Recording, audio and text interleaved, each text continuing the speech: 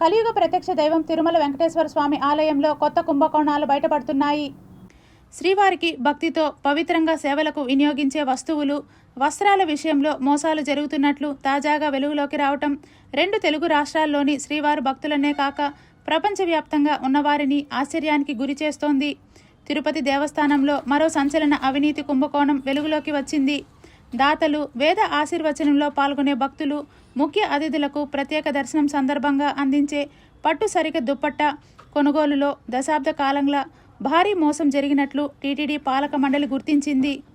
పట్టు శాలువలకు బదులుగా polyester దుప్పటాలను supply చేసి 55 కోట్ల రూపాయల మేర టీటీడీని మోసం చేసినట్లు ఆరోపణలు వచ్చాయి.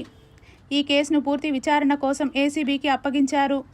టీటీడీ చైర్మన్ బీఆర్ నాయుడు ఆదేశాలతో విజిలెన్స్ అండ్ సెక్యూరిటీ విభాగం సప్లై అవుతున్న దుప్పట్టాలు టెండర్ నిబంధనలకు అనుగుణంగా ఉన్నాయా లేదా అని తనిఖీ చేయడంతో మోసం బయటపడింది.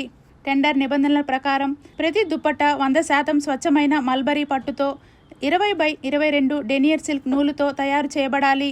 కనీసం 31.5 డెనియర్ కౌంట్ కలిగి ఉండాల్సి ఉంటుంది.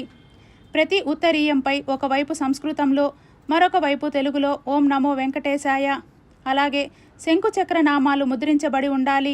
అయితే తాజా విజిలెన్స్ తనిఖీలో సరఫరా అయిన దుప్పట్టాలు పట్టు కాదని తేలింది.